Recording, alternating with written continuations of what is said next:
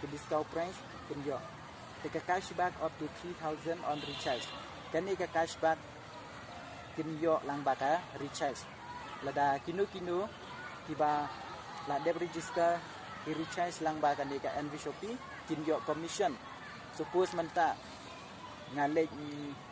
lut ka balam senga ngalej haki dukan kini kiba don sani itu ngapa recharge kiba lam suppose kun itu kiba don cispa kendai tengka ngahap be ban siu arspa nama si tengka ki pun khairu sa de ni pat nang ni ladang ni le recharge lang bag NV Shopee 51 kamut ki balance bangi hap recharge cispa kendai tengka ni siu cispa kendai tengka hi de dep nang tu nakato bangi siu cispa kendai tengka the company kan ai kumba 1.99 pek ka balance ka don subu nga example cispa nga balance ka don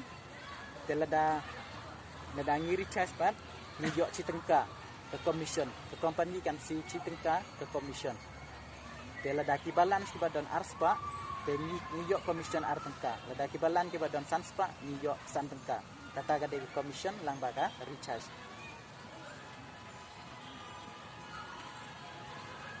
tang haki phone kumtu tang ba lang baki bill payments lene lang baki kini ki dis TV kila ban yo he ke commission on day tang kumtu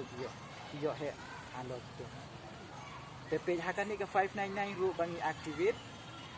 yin yo tikus ke company kan ai pe ke training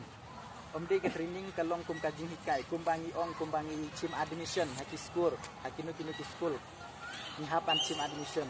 kani ka 599 ru kalong kum ka admission yang ni hapok kani ke company kan ai na benta jong kani ka 599 bangi activate ID ke company kan ai na benta ka course ka don hadu lai benai kani ke course nila ban choose iwe nang ni don ki online English speaking course ka second part ka digital marketing course na benta ka English speaking course ka don hadu lai benai kinu ki ba activate ka 599 anda kila ada complete na benta kan ni kinyo akan ya kan course hadu lai benai je tharai chitiu ki don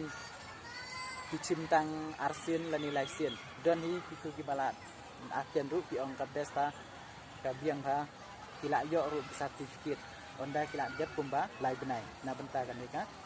na benta kan ni course yang ting dan na benta kan ni ka English speaking course kebak hambiang na benta ki kum kini ki balik school class 9 class